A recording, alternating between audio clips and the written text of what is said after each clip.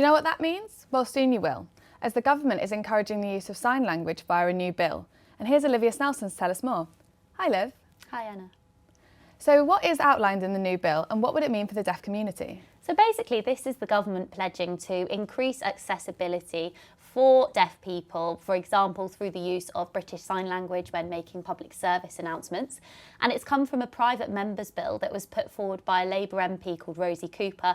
And Rosie Cooper is the child of profoundly deaf parents, or what's often called a coda, a child of deaf adult. Just like Beth, who is a music student. And for Beth, signing, or a lack of it, has always been a part of life. I started signing at about 9 months old because the brain processes visual information faster than auditory information. For a parents' evening, you have to specifically request interpreters every year for 5 years. One time they didn't turn up and I had to interpret my parents' evenings. I was the best child that day.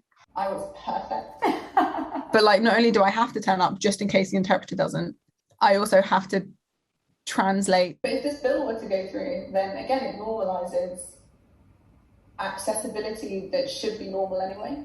Yeah.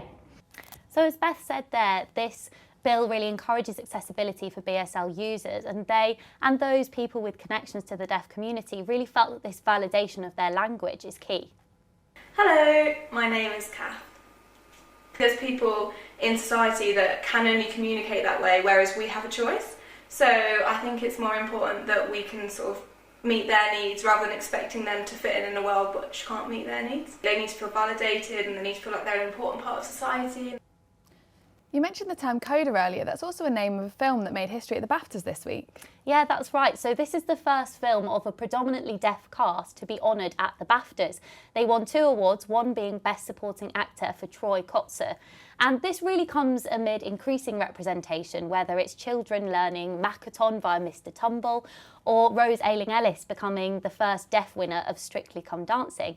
And the impact of this really showed because there were 5 times as many searches for British Sign Language during that series.